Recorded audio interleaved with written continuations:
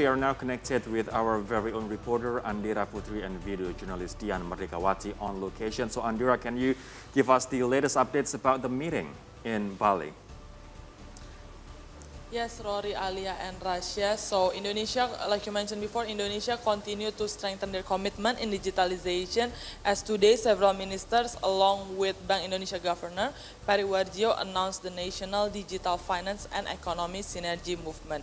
So this was announced prior to the third FCBD and also FMCBG meeting at Nusa Dua, Bali. So this is basically a commitment to, like I mentioned before, to strengthen digitalizations and to make it, there are more integrated system in various sectors. And this is because digitalization deemed as important and it has become the priority issues for Indonesia G20 presidency as it could not only accelerate growth, but also right now in the midst of COVID-19 pandemic, it proved to be effective in our recovery. And for more details, here is the statement from Bank Indonesia Governor Peri Warjio. Yang menyelamatkan ekonomi kita selama pandemi dan sekarang dan ke depan menjadi pilar Indonesia maju. Dalam 4-5 hari ke depan kita akan menggelar digital ekonomi dan keuangan Indonesia. Hari ini adalah sinergi dan kolaborasi Kementerian, Bank Indonesia, asosiasi bersama-sama mendigitalkan Indonesia.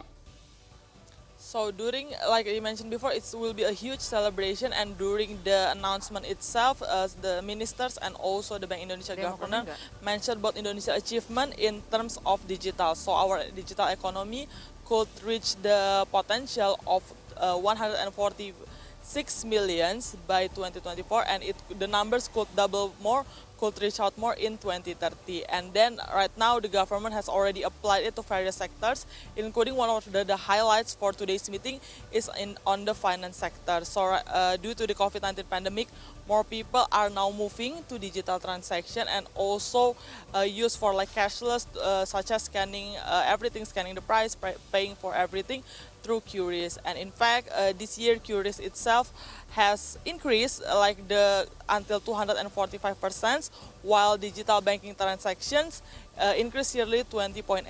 It's a huge number, and Indonesia will continue to push this more, not only in terms of the local, not only in terms of our society, but also they will plan to do it cross-border. So one of the highlights that has been briefly mentioned today and will be discussed more on the several days is that there will be a cross-border payment